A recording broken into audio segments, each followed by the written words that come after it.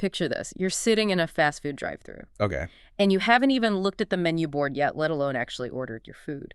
But the restaurant already knows your broad demographic. Right. They know your likely income bracket, and statistically, they know what you're most likely to buy. Just from you pulling up. Exactly. And they know all of this because a camera mounted on a pole like 50 feet away noticed the specific pattern of rust on your quarter panel. That is wild. Right.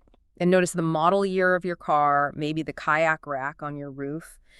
And so today, we are doing a deep dive into the company, attempting to turn our totally analog, silent roads into these massive continuous data collection engines. Which really represents a fundamental shift in how we interact with the physical world. I mean, for the last century, roads were just dumb concrete. Yeah, totally dumb. You drove on them, they degraded over time, and, well, we patched them. That was the whole system. And that shared frustration, right? Sitting in bumper-to-bumper traffic, just staring at a pothole and wondering why driving still feels like it's stuck in the 1980s. It's the worst. It really is. And that is exactly why we are diving into our source material today.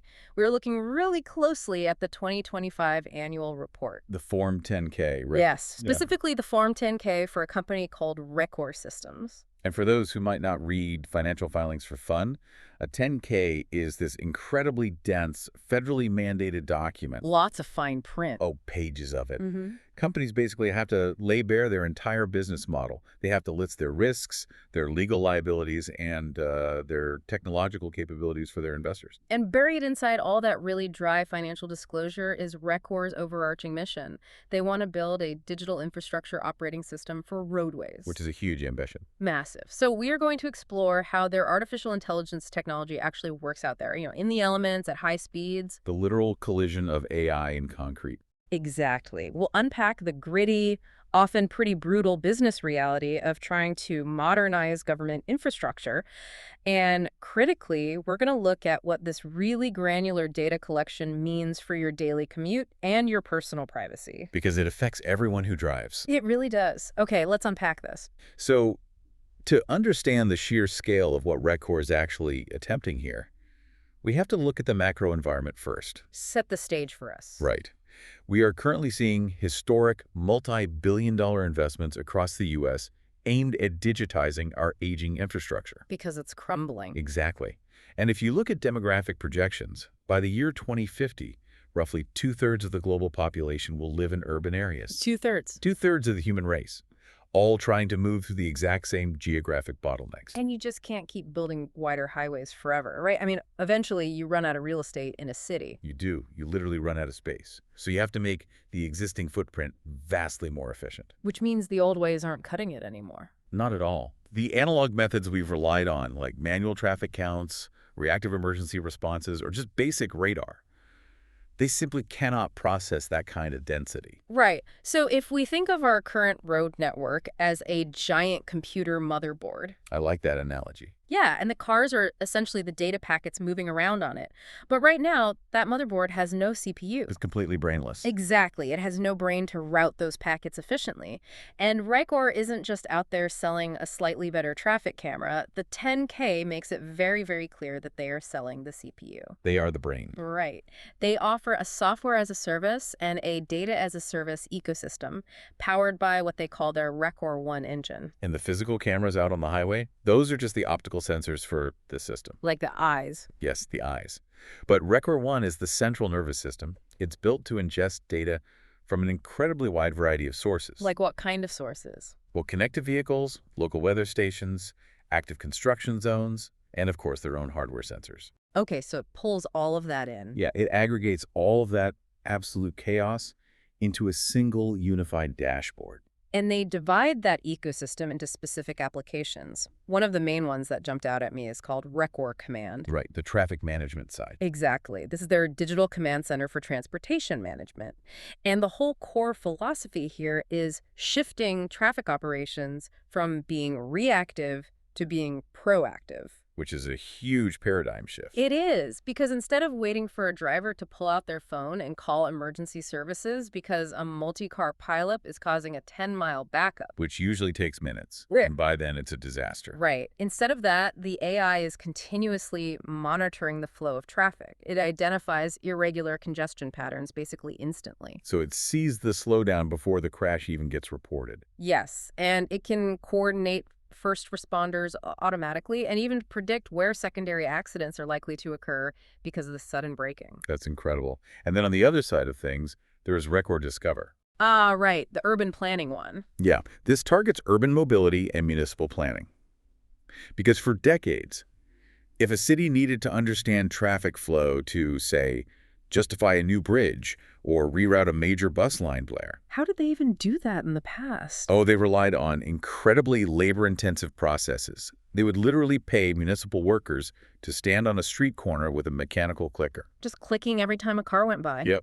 Or they would string those thick black rubber tubes across the asphalt. You know, I have always wondered what those black tubes were actually doing when you drive over them. You feel that little bump.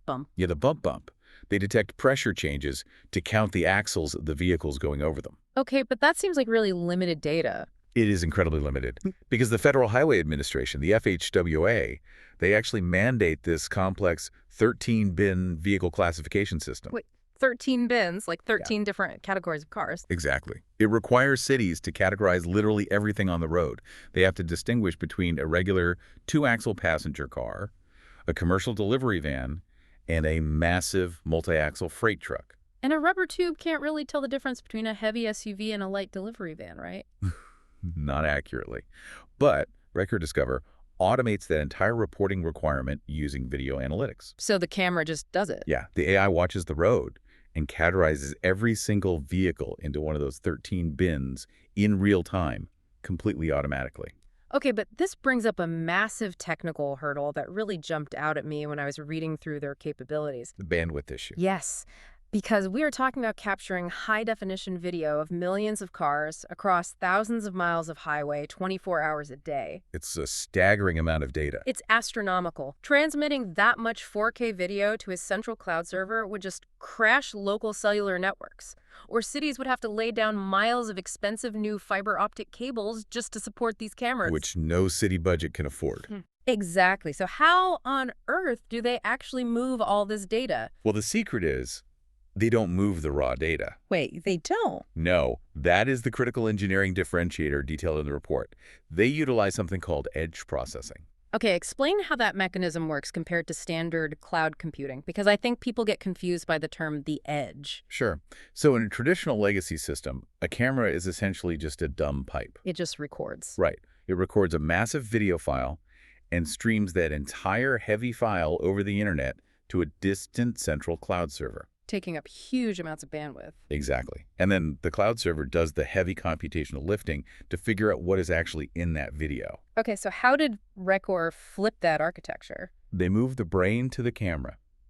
The data capture, the aggregation, and the actual artificial intelligence inference. That all happens on the physical device itself. Out on the street. Yes, at the edge of the network, right inside the enclosure on the light pole. So the camera unit itself is essentially a localized supercomputer. That's a perfect way to describe it. It's analyzing the video frame by frame in real time. That is the mechanism. The system doesn't need to stream a gigabyte of high-definition video showing empty asphalt just to catch one passing car. Right, because why send empty road footage to a server? Exactly. It processes the video locally, identifies the vehicle, runs the obstacle character recognition on the license plate, extracts all the relevant data points. Like the speed, the FHWA class, the make, the model. Yep, all of that. And then it only sends that tiny synthesized text packet of insight back to the cloud. Oh, wow. It's like sending a text message summary instead of the entire 4K movie file. Exactly. And that solves the bandwidth issue brilliantly. It really does. But wait, doesn't that mean the raw footage is just lost? Like, what if a municipality ever needs to audit the AI's decision or review a bad accident? That's a great question. The edge devices can actually be configured to cache short bursts of high-resolution video locally. Yeah. Yeah, they keep it for a set period, specifically for audit or evidentiary purposes, before it eventually gets overwritten to save space. Got it. But the primary continuous transmission is just that lightweight metadata. Right. And that low bandwidth requirement is huge. It's what allows them to deploy these systems rapidly at scale. They can even put them in rural areas using just basic cellular modems. Without needing any new fiber optic infrastructure. Exactly. It makes deployment so much cheaper and faster. Okay, so if the camera is smart enough to do all that localized processing right on the pole, it obviously isn't just looking for speeders. Oh, definitely not. Let's look at what this AI is actually trained to see, because this is where the technology starts to really directly impact the listener. They have a public safety application called Rekor Scout. Right. Scout is their law enforcement and security arm. And what does it actually do? It provides automatic license plate recognition, or ALPR. And a really crucial detail from the 10K is that Scout can operate on nearly any existing IP camera. Wait, any camera? Like they don't even need to buy Rekor's cameras. Exactly. A city doesn't necessarily need to buy proprietary hardware. They could just layer the Scout software over their existing municipal security cameras to suddenly make them smart. Oh, wow. And so it just constantly checks those localized reads against the National Crime Information Center hot lists? Right, the NCIC database. It's hunting for stolen vehicles or active Amber Alerts.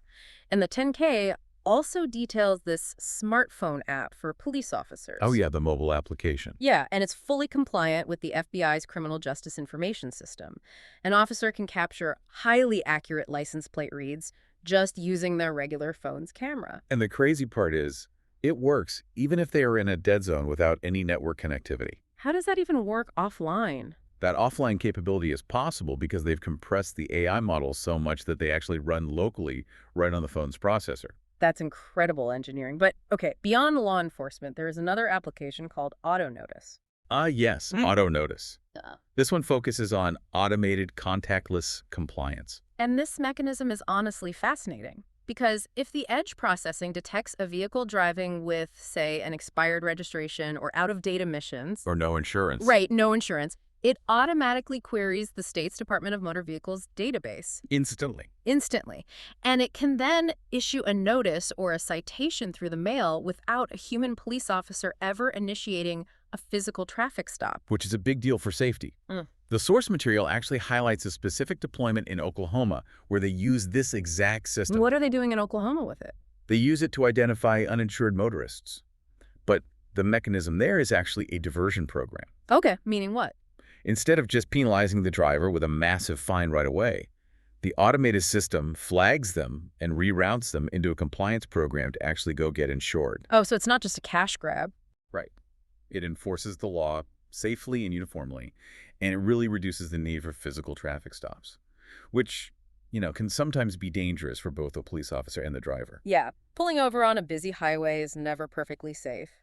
But then we arrive at an application called Vehicle Insight. Here we go. Yeah, this is the commercial side of the data. And honestly, this is where my curiosity really collides with some serious unease. It gets a little dystopian for some people. It does, because the AI isn't just looking for license plates to cross-reference with police databases anymore. It is analyzing granular vehicle demographic. Highly specific data. Yeah, it tracks electric vehicle hotspots. It generates local smog scores based on the specific combustion engines driving through a particular neighborhood. And the report explicitly notes that real estate developers and drive-through retailers use this data to deeply understand their customer base. Right, because the optical sensors can identify incredibly subtle vehicle characteristics, even at high speeds. Like the make, the model, the color. Yeah, but it also registers aftermarket modifications. Wait, really? Oh yeah, the presence of a roof rack, maybe mismatched paint on a passenger door, or, like we said at the start, rust on the quarter panel. Okay, hold on. See, proprietary algorithms is usually just corporate speak for trust us. That's a fair point. If I am in a drive-through, it's one thing for the AI to catch an Amber Alert and save a kidnapped child. Everyone supports that. Absolutely. But it's another thing entirely for a massive fast food corporation to serve me targeted digital menu items because their camera noticed the rust on my old sedan, right? It feels invasive. It does. And if a hacker breaches the system, is my license plate and my daily commute routine just sitting there attached to my demographic profile. I think the listener is going to want some more reassurance here than just assuming the data is safe in the cloud. And that is the defining tension of modern infrastructure right now. Rekor's defense against this, at least according to the 10K, relies heavily on their SOC 2 compliance. Okay, so for those of us who don't run corporate IT departments, What exactly does SOC2 compliance actually mean in practice? SOC2 is this rigorous, independently audited framework for managing customer data. It's based on 5 trust service principles: Which are? security, availability, processing integrity, confidentiality, and privacy. Okay, but in practical terms, regarding a breach, how does that protect me? Well, the edge processing mechanism we discussed earlier actually acts as a privacy shield here. How so? By design, the system drops the personally identifiable information, so the specific license plate number at the edge device, before it ever reaches the commercial client. Oh. Okay, so the fast food retailer doesn't receive a file saying, John Doe's rusty sedan is in lane 2. Right, they don't get your name or your plate. They just receive a metadata tag saying, a lower income demographic vehicle with a roof rack is in lane 2. Correct. The data is anonymized and aggregated into statistical trends for commercial use. Okay, that makes me feel slightly better. And law enforcement obviously has different access tiers based on strict CJIS regulations. But your concern remains entirely valid. Because the physical world is becoming machine readable. It is, and it highlights this incredibly thin line between public safety, operational efficiency, and, well, commercial data harvesting. Yeah, it's a tightrope. But moving on, to capture that level of granular detail to confidently identify rust or an EV model while a car is moving at highway speeds that require some truly formidable hardware. Oh, the physical gear they deploy is serious. It reads like military specifications. It really does. Their flagship fix system is called the EdgeMax. And this unit is engineered specifically for primary high-volume highways. The mechanical capabilities of the EdgeMax are just staggering. The report says it can capture vehicle data at speeds up to 120 miles per hour. Which is way faster than anyone should be driving. Yeah. And it covers up to 6 lanes of traffic simultaneously if it's configured with dual cameras. And get this, it can do this from up to 300 feet away. It's basically a sniper rifle for data. Seriously, how is it physically possible to capture a license plate from a literal football field away at 120 miles per hour without the image just being a blurred streak? It's all about the shutter speed. It relies on ultra-high-speed shutter mechanisms combined with localized predictive framing. What is predictive framing? So the camera isn't just snapping a single static photo as a car goes by, it's running a continuous video feed. The onboard processor actually isolates the fast-moving object as it approaches. Oh, it tracks it. Yes, and it uses infrared sensors to punch through headlight glare or pitch darkness. It frames the plate dynamically, runs the optical character recognition, and outputs that text string in just milliseconds. Milliseconds, that is wild. And for local neighborhoods or maybe business districts and parking applications, they use a smaller unit called the Edge Pro. Right. It handles speeds up to about 70 miles per hour with a range of 75 feet. But the cool thing here is it can be fully solar powered. Which is huge for municipalities. Yeah, it completely removes the need to trench cables and wire the camera into the municipal power grid. Trenching is incredibly expensive. And then there's also the Edge Flex. The portable one. Yeah, this is a non-intrusive portable system powered by modular batteries. It's designed for temporary traffic studies that last maybe 1 to 7 days. And the Edge Flex solves a massive human safety problem because historically, performing a temporary traffic study meant putting road workers out in active, dangerous traffic lanes. Right, to lay down those rubber sensors we talked about. Or to manually count cars. People actually get hit doing that. It's incredibly dangerous work. But the Edge Flex eliminates that physical risk entirely. A worker just sets it up safely on the shoulder of the road, and the onboard edge processing captures data across up to 12 lanes of traffic. Completely keeping the humans out of harm's way. It's brilliant. Now, the hardware is undeniably impressive, but we really have to view it through the lens of their broader business strategy, right? Absolutely. The whole concrete-to-cloud integration reveals that the hardware is fundamentally just an entry point. It is the razor. Rekor's ultimate goal is to sell the razor blades. Meaning the software. Exactly. They want to secure sticky, recurring software-as-a-service subscription revenue. Because that's where the money is. Right. They don't want to sell a city a camera once for a flat fee and never talk to them again. They want to lease the ongoing data insights that the camera generates year after year. Which brings us to a really severe reality check. We have spent the last 15 minutes outlining this revolutionary technology. That sounds amazing. It solves real municipal problems, it upgrades analog infrastructure, it keeps road workers safe. So, looking at the financials in this 10K, Why isn't this company incredibly profitable? Yeah, that's the kicker. When you transition from the glossy technological promises to the cold, hard financial realities of a Form 10K, a very different picture emerges. What's the damage? Well, for the year ending December 31st, 2025, Rekor posted a net loss of $31,460,000. Over $31 million in losses in a single year. It's a massive number. That is a massive bleed rate for any company. How do they survive that? Well, they're officially classified as an emerging growth company. Yeah. And in the corporate finance world, this means they are heavily reliant on continuously raising capital from investors just to keep the lights on and for their expansion. They constantly need cash infusions. Right. For example, in early 2024, they completed the acquisition of a company called All Traffic Data Services, or ATD. Acquisitions cost a lot of capital. They do, but they are absolutely necessary if you want to aggressively buy market share and expand your data footprint before competitors catch up. Okay, but why is Wall Street or private equity willing to stomach a $31 million loss? Why throw money at that? Because of the software as a service valuation model. The financial markets value recurring software revenue vastly higher than one-off hardware sales. Because it's predictable. Predictable, and software has incredibly high profit margins once the initial development is actually done. So Rekor is deliberately running at a massive loss to execute a really difficult pivot. They want to transition from a traditional hardware company into a high-margin data provider. Exactly. And in doing so, they are attempting to survive what is known in the startup world as the Valley of Death. Ah, the Valley of Death, meaning that perilous gap where your research, development, and deployment expenses massively outweigh your incoming revenues. Right. You're just burning cash before you reach a critical mass of actual subscribing customers. They're just trying to make it to the other side. And the 10K lays out some really severe risks threatening their journey across that valley. What's the biggest risk? They are dealing with incredibly long, unpredictable sales cycles. Because it's government. Yes. Selling software to a consumer takes, 5 seconds on an app store? Yep. Selling a digital infrastructure system to a government agency involves months or even years of pilot programs. You have municipal budget approvals, public hearings, bureaucratic red tape. They literally call it pilot purgatory. Because you can get stuck running free trials forever without a signed contract. Oof. Add to that the supply chain vulnerabilities.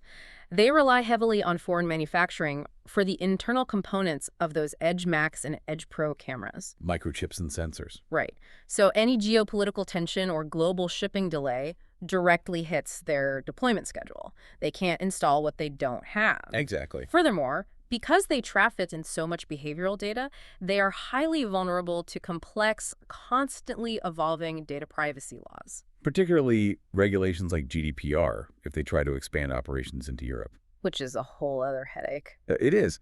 But, the financial losses and supply chain constraints, those are fairly standard for hardware-enabled SaaS companies. True. But the legal proceedings section of this 10K reveals some really intense corporate drama. Oh, the lawsuit. Yeah, there's an ongoing multi-million-dollar lawsuit with an investment firm called H.C. Wainwright & Company, or HCW. And just to be clear, we're not taking sides here. No, not at all. We are strictly reporting the disclosures found in the source material. Right. So this dispute essentially boils down to a breach of contract regarding a capital raise from back in 2023. HCW is claiming they are owed tail fees and the right to act as the exclusive underwriter under a right of first refusal, or ROFR, for subsequent financing transactions. Okay, wait. For those of us who aren't investment bankers, what exactly is a tail fee and a ROFR? Good question. A tail fee is essentially a lingering commission. Lingering how? So even after a contract between a company and a broker officially expires, if the company eventually closes a deal with an investor that the broker originally introduced them to... Oh, the broker still wants their cut. Exactly. The broker still gets a cut for a set period of time. That period is the tail. Got it. And the ROFR? A right of first refusal, or ROFR, means that if Rekor wants to raise more money in the future, they legally have to offer HCW the job of underwriting that new deal first before they are allowed to go to any other bank. Wow. And HCW is seeking millions in damages here? Millions. Plus the value of hundreds of thousands of warrants, which are basically options to buy stock at a specific price for Rekor Common stock. And how is Rekor responding? In their defense, Rekor states they terminated the engagement letter for cause, and they believe HCW's claims are entirely without merit.